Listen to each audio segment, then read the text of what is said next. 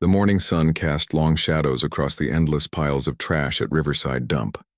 Among the mountains of discarded bottles, broken furniture, and rotting garbage, a young black girl named Kira made her way carefully through the maze of waste. At 17, she had learned to move like a ghost through this forgotten place that most people drove past without a second glance. Kira pulled her worn jacket tighter around her shoulders as the cold morning air bit at her skin. She had been living here for 3 years now, ever since she aged out of her last foster home with nowhere else to go. The dump wasn't much, but it was better than the streets, and definitely better than some of the places she'd called home before. Her shelter sat hidden behind a wall of old refrigerators and washing machines. She had built it herself using sheets of metal, plastic tarps, and anything else she could find that would keep the rain out. It wasn't pretty, but it was hers. Inside, she had managed to create something that almost felt like a real room. Old blankets covered the floor, and she had even found a small battery-powered radio that still worked sometimes. But the most important thing in her little home wasn't any of her belongings. It was the baby sleeping peacefully in a makeshift crib that Kira had created from an old shopping cart, lined with the softest rags she could find. 6 months ago, Kira's life had changed forever. She had been searching through a fresh pile of garbage when she heard a sound that didn't belong. A tiny cry, weak and desperate. Following the sound, she had found a baby girl, maybe a few weeks old, wrapped in what looked like an expensive blanket that had seen better days. The baby was cold, hungry, and completely alone. Kira had stood there for what felt like hours, staring at this tiny human being who had been thrown away like garbage. She knew she could barely take care of herself. She survived by collecting bottles and cans to trade for a few dollars, sometimes going days without a real meal. Taking care of a baby seemed impossible. But as she looked into those big, dark eyes, something inside her wouldn't let her walk away. Maybe it was because she knew what it felt like to be unwanted. Maybe it was because she had spent her whole life being passed from one place to another, never having anyone who truly cared what happened to her. Or maybe it was just that this baby needed her, and nobody had ever really needed Kira before. She had named the baby Luna because she found her under the light of a full moon. From that moment on, everything Kira did was for Luna. She would walk for miles to find the cleanest water she could, trading away her own food to buy baby formula from the corner store. The store owner, Mrs. Rodriguez, had been suspicious at first, but when she realized Kira was caring for an abandoned baby, she started giving her discounts and sometimes threw in diapers for free. The other people who lived in and around the dump had mixed reactions to Kira's decision. Some thought she was crazy for taking on such a huge responsibility when she could barely survive herself. Others admired her determination and started helping in small ways, sharing food when they had extra, or watching Luna when Kira had to venture further out to find supplies. Old Pete, who lived in a broken-down car near the entrance, had become like a grandfather to Luna. He would sit with her for hours, telling her stories about his younger days and singing old songs in a voice rough from years of hard living. Despite having very little himself, he had given Kira a small kerosene heater to keep Luna warm during the coldest nights. Then there was Rosa, a woman in her 40s who had been living in the dump longer than anyone could remember. She had taken Kira under her wing when she first arrived, teaching her which areas were safe and which ones to avoid. When Luna came along, Rosa helped Kira figure out the basics of baby care, sharing wisdom she had gained from raising her own children before life took a difficult turn. But it was Kira who got up every 2 hours during the night when Luna cried. It was Kira who worried constantly about whether the baby was getting enough nutrition, enough warmth, enough love. She had no experience with babies, but somehow her instincts seemed to know what to do. She would hold Luna close to her chest, feeling the tiny heartbeat against her own, and sing lullabies that came from somewhere deep in her memory. These songs puzzled Kira because she couldn't remember where she had learned them. Her memories from before the foster care system were fuzzy at best. She remembered being very young, maybe 3 or 4, when social workers first came into her life. Everything before that was like trying to remember a dream, bits and pieces that might be real or might just be her imagination. The only connection to her past was a small silver locket she wore around her neck. It was the one thing she had managed to keep through all her moves between foster homes and group facilities. Inside was a tiny picture of a woman with kind eyes, but Kira didn't know if it was her mother or just someone who had been important to her. The locket was scratched and dented now, but she never took it off. As winter approached, Kira found herself facing new challenges. The nights were getting colder, and she worried constantly about Luna getting sick. The baby had already had a few scares with coughs and fevers that had terrified Kira. She knew that the dump was no place for a growing child, but she also knew that going to the authorities for help might mean losing Luna forever.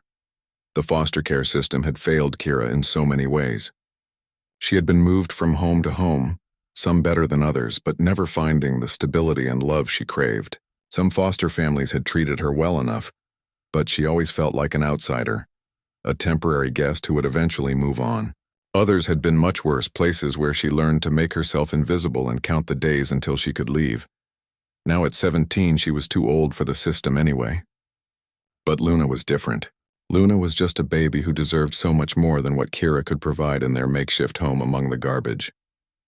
Yet the thought of handing her over to strangers, of not knowing if she would be loved and protected, made Kira's heart ache.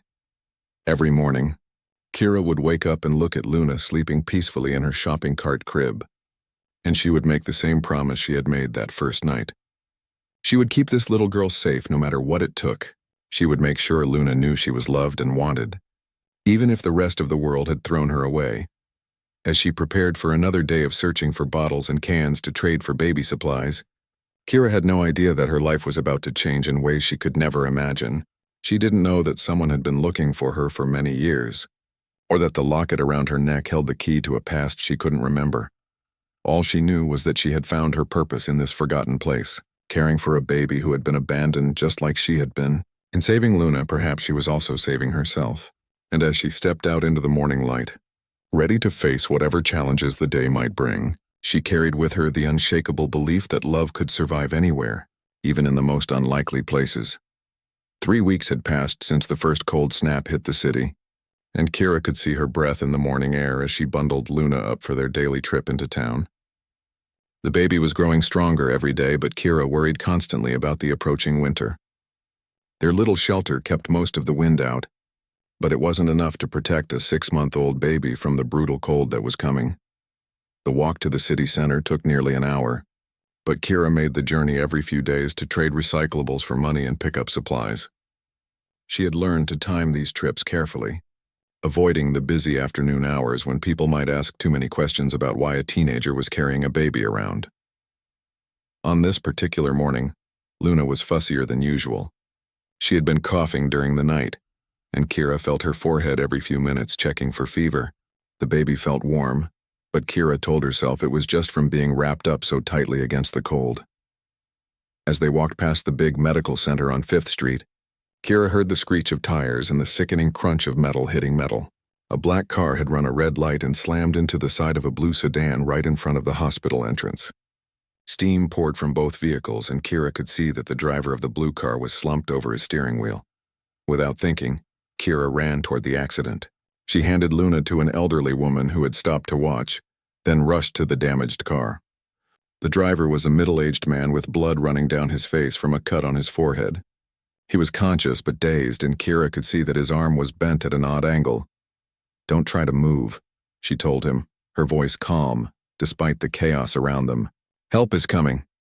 She reached through the broken window and gently checked his pulse, then looked at his pupils to see if they were responding to light. Somehow, she knew exactly what to do, though she couldn't remember anyone ever teaching her these things. Her hands moved with confidence as she checked for other injuries, keeping the man talking to make sure he stayed awake. "What's your name?" she asked. "David," he replied weakly. "My wife." "I was supposed to pick up my wife from her doctor's appointment. David, you're going to be okay. The ambulance is almost here. Can you feel your legs?"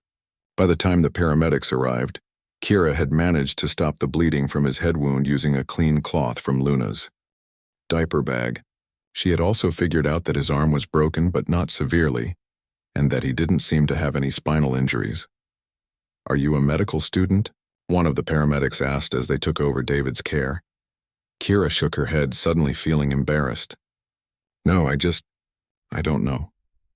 I saw he needed help." Dr. Williams, who had run out from the hospital when she heard the crash, watched Kira with curious eyes. She was a pediatrician with over 20 years of experience. and she could tell that this young girl's actions had probably saved the injured man from much more serious complications. "You did an excellent job," Dr. Williams told Kira as the ambulance drove away. "Where did you learn first aid?" "I didn't really learn it anywhere," Kira replied honestly. "It just seemed like the right thing to do." It was then that Dr. Williams noticed Luna, who was still being held by the elderly woman nearby. The baby was beautiful, but even from a distance the doctor could see signs that concerned her.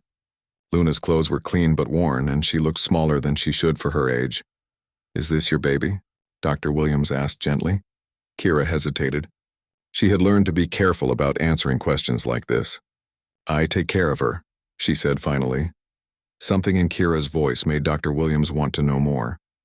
She invited Kira inside for coffee, saying she wanted to thank her properly for helping David. Kira almost said no, but Luna had started coughing again, and the warm hospital lobby looked so much more comfortable than the cold street. Over coffee and crackers from the hospital cafeteria, Kira found herself talking to Dr. Williams in a way she hadn't talked to an adult in years. Maybe it was because the doctor didn't ask pushy questions or make her feel judged. Instead, she seemed genuinely interested in Kira's story and impressed by her dedication to Luna. "Would you mind if I took a quick look at Luna?" Dr. Williams asked. "Just to make sure she's healthy. No paperwork, no official anything. Just one mother figure to another." Kira felt nervous, but Luna's cough was getting worse and she knew the baby needed medical attention. She agreed, and Dr. Williams conducted a gentle examination right there in a quiet corner of the cafeteria. Luna was underweight and showing early signs of a respiratory infection, but Dr. Williams was amazed by how well cared for she was otherwise. Her diaper was clean, her clothes were spotless, and it was obvious that someone loved her very much. "You're doing an incredible job with her," Dr. Williams told Kira. "But she needs some medicine for that cough, and she could use better nutrition."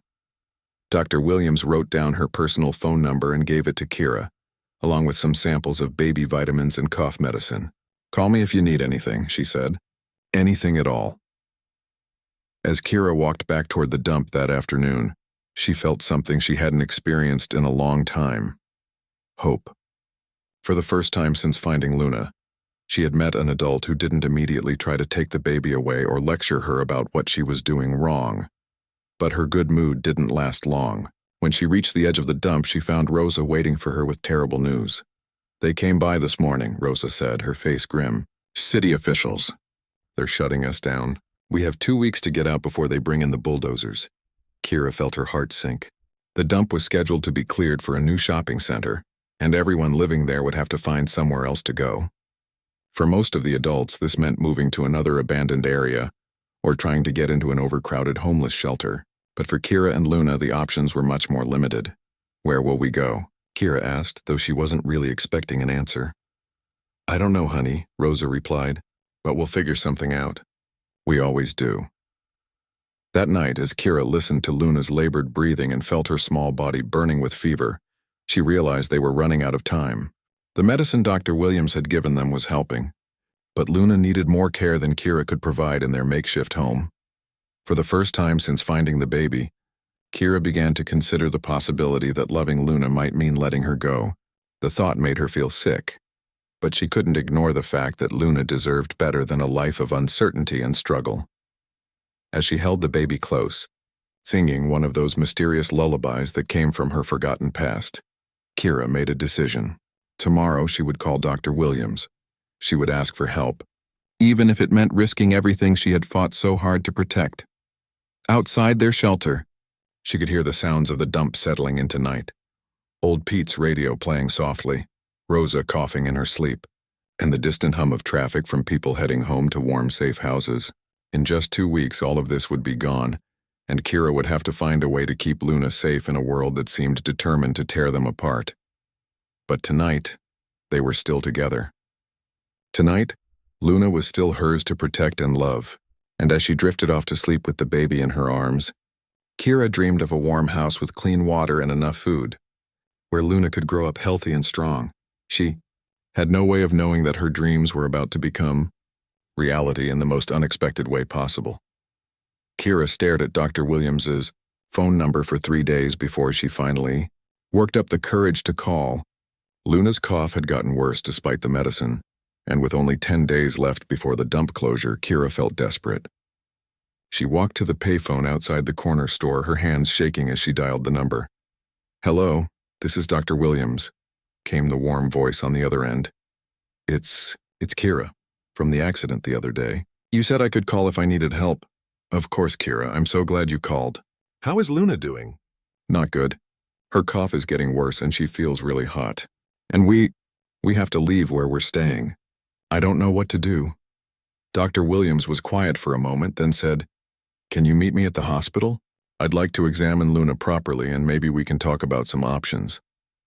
An hour later, Kira sat in Dr. Williams' office, watching nervously as the doctor listened to Luna's chest with a stethoscope. The baby's breathing was quick and shallow, and she had barely eaten anything that morning. "She has pneumonia," Dr. Williams said gently. "It's not severe yet, but she needs antibiotics and careful monitoring." "Kira, I have to ask, where exactly have you been living with her?" Kira hesitated, then decided to tell the truth. She explained about the dump, about finding Luna, about doing everything she could to keep the baby safe and healthy. Dr. Williams listened without judgment, occasionally asking gentle questions. "You've been incredibly brave," Dr. Williams said when Kira finished her story. "But Luna needs more medical care than I can provide with just office visits. She needs to be somewhere warm and clean while she recovers." "You want to take her away from me?" Kira said, her voice flat. "No, I don't. But I do want to help you both find a better situation. I know someone who might be able to help. A social worker named Ashley who specializes in cases like yours. She's different from the others you might have met. She actually listens." Kira wanted to say no, to grab Luna and run. But looking at the baby's flushed face and hearing her labored breathing, she knew she was out of options. Ashley turned out to be younger than Kira expected. Maybe in her early 30s, with kind eyes and a no-nonsense way of talking. She met them at the hospital that same afternoon. "Dr. Williams told me about your situation," Ashley said, sitting across from Kira in the consultation room. "First, let me be clear, my goal isn't to separate you from Luna. My goal is to make sure you're both safe and healthy." "That's what they all say," Kira replied bitterly. "I know. And I know you've been let down before, but I'd like you to give me a chance to prove I'm different." Ashley explained that she could arrange temporary housing for both Kira and Luna while they figured out a long-term solution. It wouldn't be fancy, but it would be warm and clean, with access to medical care for Luna and educational opportunities for Kira. "What's the catch?" Kira asked. "No catch. But there will be some paperwork, and we'll need to figure out Luna's legal status eventually. For now, though, let's just focus on getting her healthy." That night, Kira found herself in a small studio apartment provided by a program for homeless youth. It had a real bed, a kitchen with running water and heat that actually worked. Luna slept peacefully in a proper crib that Ashley had somehow arranged, her breathing already sounding better after just one dose of antibiotics. For the first time in months, Kira allowed herself to relax. She took a hot shower, ate a real meal, and started to believe that maybe things could get better. The next morning brought an unexpected visitor. Ashley knocked on the door with a man Kira had never seen before, tall, with graying hair and serious eyes. "Kira, this is Detective Ryan," Ashley said. "He'd like to talk to you about something that might be related to your past." Detective Ryan was gentle but direct. He had been working on cold cases, including missing children, and something about Kira's story had caught his attention. "Can you tell me about that locket you're wearing?" he asked. Kira's hand went instinctively to her neck. "It's mine. I've had it since I was little. Do you mind if I take a look at it?" Reluctantly, Kira pulled the locket out from under her shirt. Detective Ryan studied it carefully, then showed her a photograph from his file. "Have you ever seen this before?" he asked. The photograph showed a young girl, maybe 3 years old, wearing the exact same locket. The girl had Kira's eyes, Kira's smile, but she was dressed in expensive clothes and standing in what looked like a mansion. "I don't understand," Kira whispered. "Kira, I think you might be Amara Blackwell. You disappeared 14 years ago when you were 3 years old. Your mother has been looking for you ever since." The name hit Kira like a physical blow. Somewhere deep in her mind, she could hear someone calling, "Amara, Amara, come here, sweetheart." The memory was fuzzy, like looking through fog. But it was there. "That's not possible," she said. But her voice was shaking. Detective Ryan showed her more photos.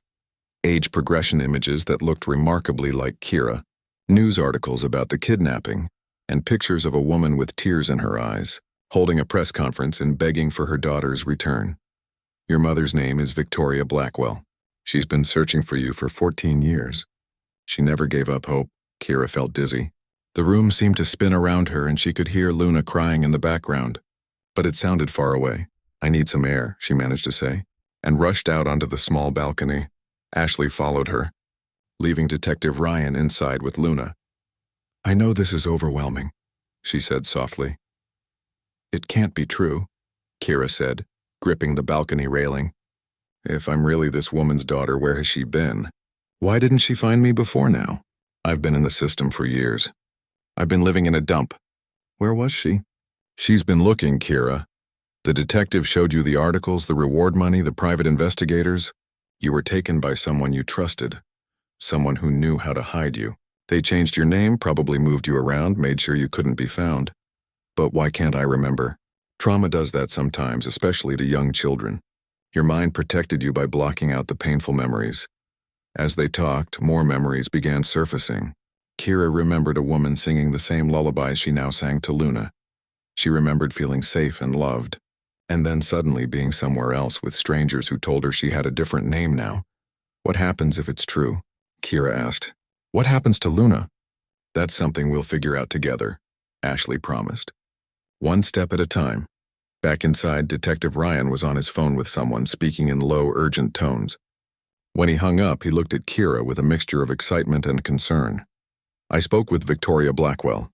She wants to see you as soon as possible. She's flying here tonight. Kira felt panic rising in her chest. I'm not ready. I can't. What if she takes one look at me and realizes I'm not really her daughter? What if I disappoint her? And what if you don't? Ashley asked gently. What if you're exactly who she's been hoping to find all these years? That night, Kira lay awake with Luna sleeping beside her, staring at the ceiling and trying to process everything that had happened. In the space of a few hours, her entire understanding of herself had been turned upside down. She wasn't just Kira, the girl from the dump who found a baby. She might be Amara, the daughter of one of the richest women in the country. She might have a mother who loved her and had never stopped looking for her, but she was also terrified. What kind of life would this mean for her and Luna? And what would happen when this woman, this supposed mother, realized that her long-lost daughter was nothing like the little girl she remembered? Tomorrow she would find out. Tomorrow her life would change forever, one way or another. Kira had been pacing the small apartment for hours when Ashley arrived the next morning. Luna was feeling better, playing with a simple toy that Dr. Williams had brought, but Kira looked like she hadn't slept at all. She's here, Ashley said quietly. Victoria Blackwell. She's at the hospital with Dr. Williams waiting to meet you, but only when you're ready. I'll never be ready, Kira replied, her voice barely above a whisper. What if I'm not who she thinks I am? What if she looks at me and sees some street kid instead of her daughter? And what if she looks at you and sees exactly who you've always been? Her brave, loving daughter who survived against all odds. Kira picked up Luna, holding her close for comfort. The baby had become her anchor, the one constant thing in a world that seemed to be shifting beneath her feet. Will you come with me? Kira asked. Of course. An hour later, Kira stood outside Dr. Williams' office, Luna in her arms, trying to work up the courage to knock. Through the glass door, she could see a woman sitting with her back turned. The woman had dark hair like Kira's, and even from behind, there was something familiar about the way she held herself. Ashley squeezed Kira's shoulder encouragingly, then gently knocked on the door. Come in, Dr. Williams called. The woman turned around and Kira felt her breath catch. She had the same eyes as the woman in her dreams, the same gentle smile from her foggy memories. But this woman looked older than Kira remembered, with lines around her eyes that spoke of years of worry and sadness. Victoria Blackwell stood up slowly, as if she was afraid any sudden movement might make Kira disappear. For a long moment, they just stared at each other across the small office. Amara? Victoria whispered, her voice breaking. Hearing that name spoken with such love and hope made something crack open inside Kira's chest. More memories came flooding back, being pushed on a swing by this woman, learning to tie her shoes, bedtime stories read in the same gentle voice. I think so, Kira managed to say. Victoria took a step forward, then stopped. May I hug you? Kira nodded, and suddenly she was in her mother's arms for the first time in 14 years. Victoria held her carefully as if she might break, and Kira could feel her shoulders shaking with silent sobs. I never stopped looking, Victoria whispered into Kira's hair. Not for a single day. I knew you were out there somewhere. When they finally pulled apart, Victoria noticed Luna for the first time. The baby was watching the emotional reunion with wide, curious eyes. Who is this beautiful little girl? Victoria asked, wiping tears from her cheeks. This is Luna, Kira said, her voice becoming stronger as she talked about the baby. I found her 6 months ago. She was abandoned and I couldn't leave her. Victoria studied Kira's face as she spoke about Luna, seeing the fierce protectiveness and love there. She realized that this wasn't just a baby Kira had found. This child had become her daughter in every way that mattered. Tell me about her, Victoria said softly. Kira found herself explaining everything, how she found Luna, how she had cared for her despite having almost nothing, how Luna had given her a reason to keep fighting when everything seemed hopeless. You saved her life, Victoria said when Kira finished. She saved mine too, Kira replied honestly. Over the next few hours, with Dr. Williams and Ashley helping to facilitate the conversation, Kira and Victoria began to piece together what had happened. Kira's memories were still fragmented, but she remembered enough to help Detective Ryan understand how she had been taken and hidden. The man who kidnapped her had been someone Victoria trusted, a family friend who had access to their home and knew their routines. He had taken Kira one night when Victoria was out of town on business, making it look like a random break-in. For years afterward, he had moved Kira from place to place, telling her that her mother didn't want her anymore, that she had a new name now. Eventually, he had abandoned her to the foster care system under a false identity, probably when keeping her became too risky or too much trouble. Kira had spent years believing she was unwanted, never knowing that her real mother was desperately searching for her. I should have been there, Victoria said, guilt heavy in her voice. I should have protected you. You couldn't have known, Kira replied. And you never stopped looking for me. That has to count for something. As the day went on, Victoria learned about Kira's life, the foster homes, some good and some terrible, the group facilities aging out of the system, and finally ending up at the dump. With each story, Victoria's heart broke a little more for all the pain her daughter had endured. But she also saw the incredible strength and resilience that Kira had developed. This young woman had not only survived unimaginable hardships, but had also chosen to save and care for an abandoned baby when she could barely take care of herself. I want you to come home with me, Victoria said as the afternoon wore on. Both of you. I want to give you everything you've been missing all these years. Kira felt torn. Part of her desperately wanted the security and love that Victoria was offering, but another part of her was terrified of leaving behind the life she had built, even if it had been difficult. What about Luna? She asked. I can't just leave her. I wouldn't ask you to, Victoria assured her. From what I can see, you're her mother in every way that matters. We'll figure out the legal aspects, but I would never try to separate you from her. Dr. Williams spoke up. Actually, there's been a development with Luna's case. We've been trying to trace her biological family, and we may have found them. Kira felt her blood run cold. What does that mean? It means we need to explore all the options and figure out what's best for Luna, Ashley explained. But it doesn't necessarily mean she'll be taken away from you. The biological parents, it turned out, were very young and had been struggling with addiction when Luna was born. They had left her at the dump during a moment of desperation, hoping someone would find her and give her the care they couldn't provide. They're in recovery now, Dr. Williams continued. They want to know if Luna is safe and well cared for. When they heard about you, Kira, and everything you've done for her, they want to meet you. What do they want? Kira asked, fear evident in her voice. To thank you, Ashley said gently, and to discuss what kind of arrangement might work best for everyone, including Luna. Victoria watched her daughter process this information and saw the same fierce protectiveness she had once felt for Kira herself. She made a decision that would surprise everyone.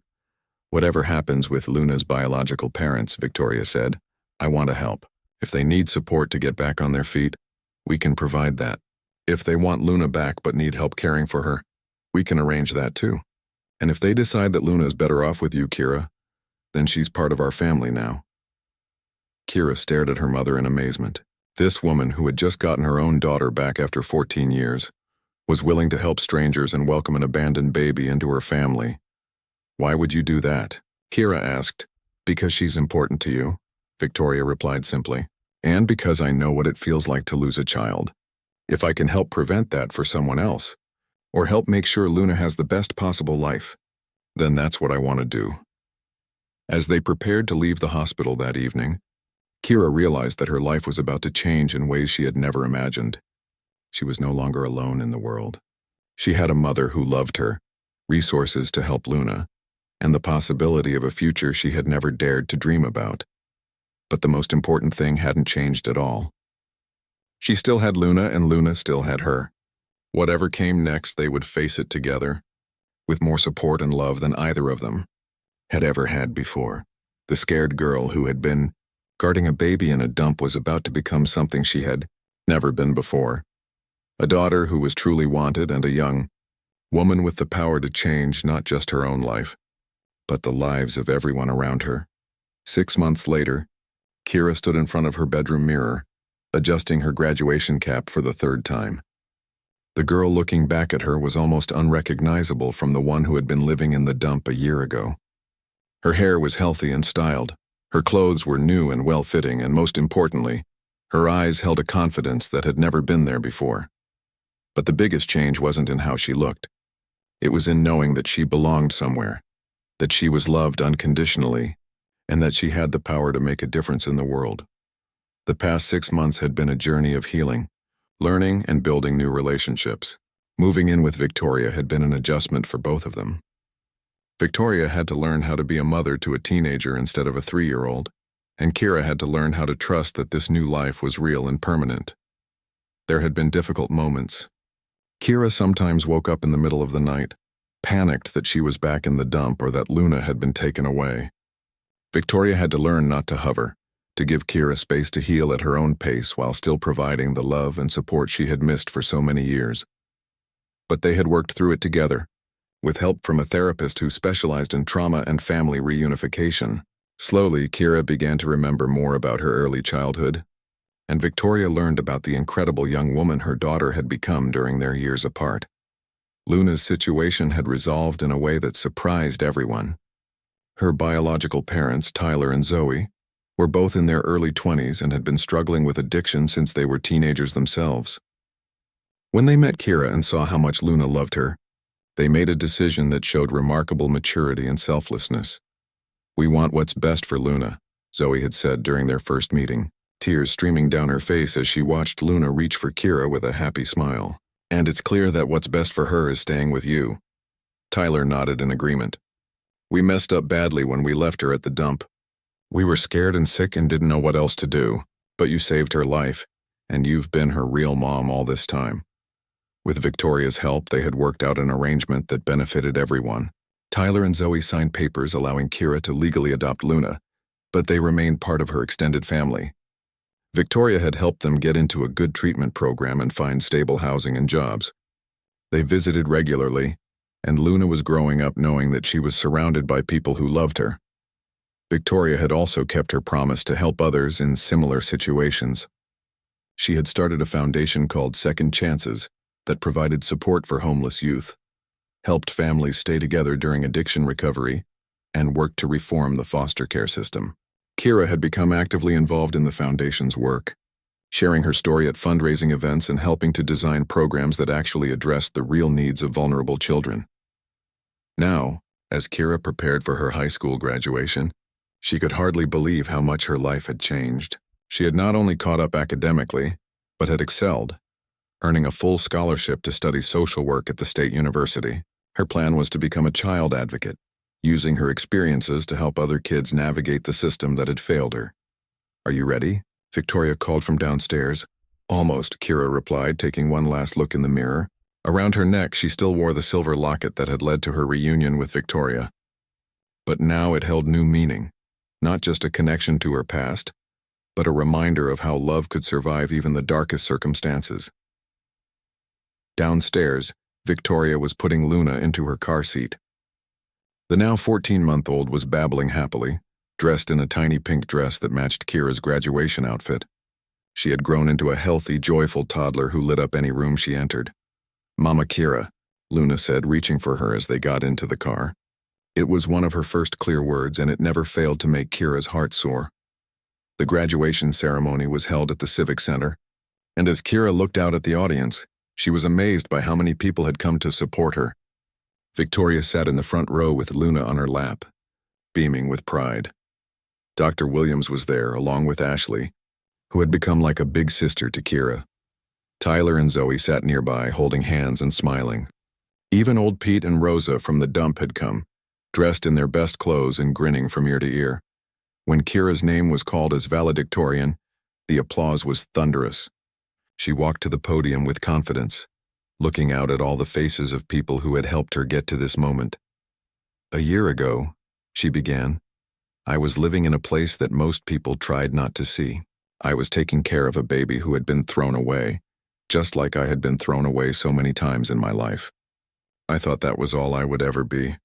Someone that nobody wanted, someone who didn't matter." She paused, looking directly at Victoria and Luna. "But I learned something important. Home isn't a place. It's not about having fancy things or living in a big house. Home is about the people who love you no matter what, who see your worth even when you can't see it yourself." Her voice grew stronger as she continued. "I found my home in the most unlikely place, caring for a baby who needed me as much as I needed her. I found it again when I was reunited with the mother who never stopped looking for me. And I found it with all of you, the doctors, social workers, friends, and even strangers who chose to help instead of looking the away." Kira's speech went on to talk about the importance of not giving up on vulnerable children, about how one person's kindness could change someone's entire life trajectory, and about her plans to work towards systemic change that would prevent other kids from falling through the cracks like she had. When she finished, there wasn't a dry eye in the audience. As she walked off the stage with her diploma, she was surrounded by hugs and congratulations from everyone who had been part of her journey. Later that evening, at the celebration dinner Victoria had arranged, Kira found herself sitting on the back porch of their house, holding Luna while the toddler pointed at the stars. "Star," Luna said excitedly, one of her newest words. "That's right, baby girl. Stars," Kira replied, kissing the top of Luna's head. Victoria joined them on the porch, sitting in the chair next to Kira's. "Penny, for your thoughts?" "I was just thinking about how different everything could have been," Kira said. "If I hadn't found Luna that night, if Dr. Williams hadn't been working when that accident happened, if Detective Ryan hadn't been looking into cold cases. So many little things had to line up perfectly. Maybe," Victoria said thoughtfully, "or maybe it was always meant to happen this way. Maybe you were meant to save Luna, and she was meant to lead you back to me." "Do you really believe that?" "I believe that love has a way of finding a path, even when everything seems impossible. You never stopped loving Luna, even when you had nothing to give her. I never stopped loving you, even when I didn't know where you were. And somehow all that love brought us together." As they sat there watching Luna point at the stars, Kira thought about the long journey that had brought them to this moment. From the scared girl in the dump to the confident young woman about to start college. From the abandoned baby to the happy toddler giggling in her arms, they had all found their way home. Tomorrow would bring new challenges. Kira would start college in the fall, Luna would keep growing and learning, and there would always be more children who needed help. But tonight, they were exactly where they belonged, together, safe and surrounded by love. The silver locket around Kira's neck caught the porch light, glinting like a star itself. It had started as a connection to a past she couldn't remember, but now it represented something even more powerful. The promise that no matter how dark things might seem, love would always find a way to light the path home.